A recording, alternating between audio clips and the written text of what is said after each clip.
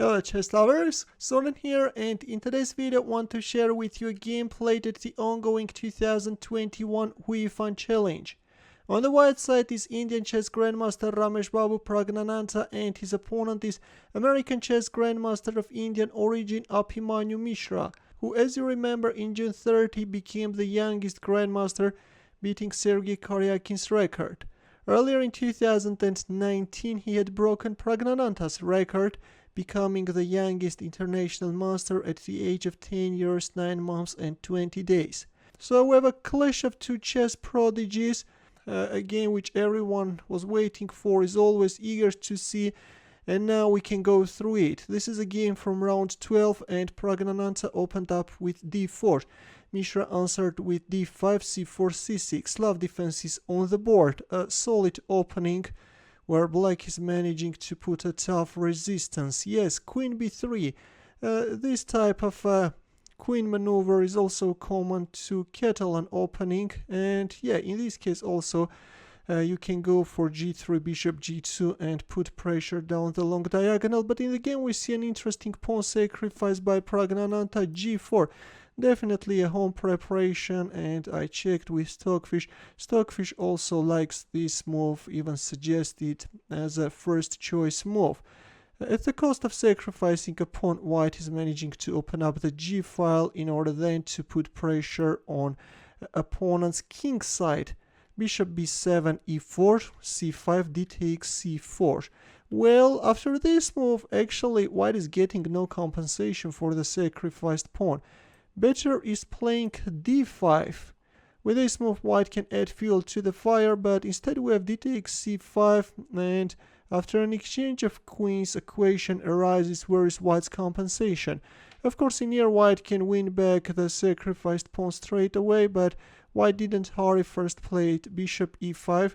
Now of course black can protect that pawn at the cost of a very passive bishop f8 move, but we have knight c6 and the pawn on g7 drop. We have a material equality, but the engine gives black advantage. Although let me tell you that it's not that easy to realize that advantage. Of course, we can see that black has a powerful bishop pair, but yeah, we can see that in the game, in practice, everything is not so easy.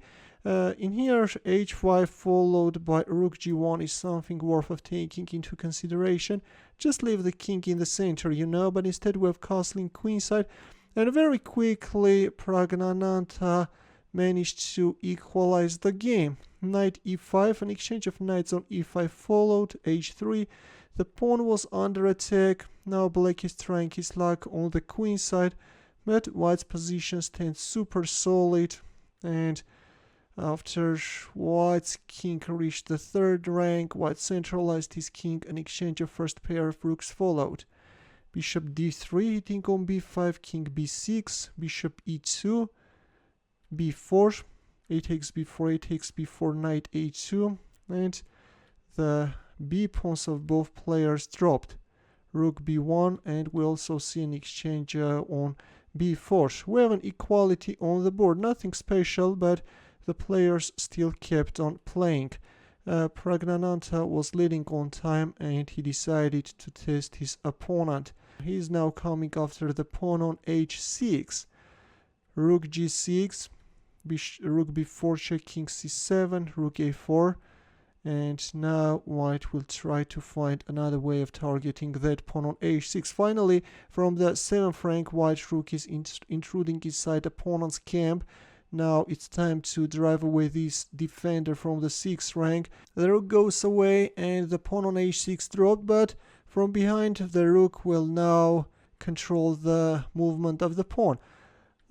f3, and we have an interesting pawn sacrifice which is allowing black to centralize his king further. At the moment black is 2 pawns down, right? But according to Stockfish we have a total equality, nothing dangerous. And yeah, now black rook is coming after the pawn on f3, and then we'll try to win more material. Yes, the pawn on e5 is also going to drop.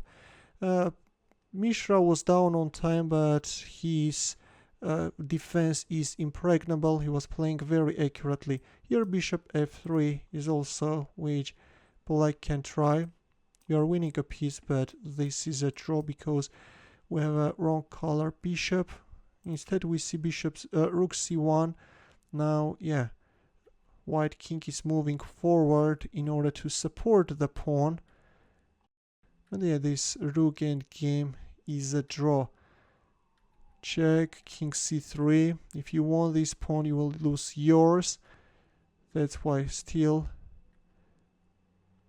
e4 g8 queen, and black is giving up his rooks and is trying to make use of his passed e pawn.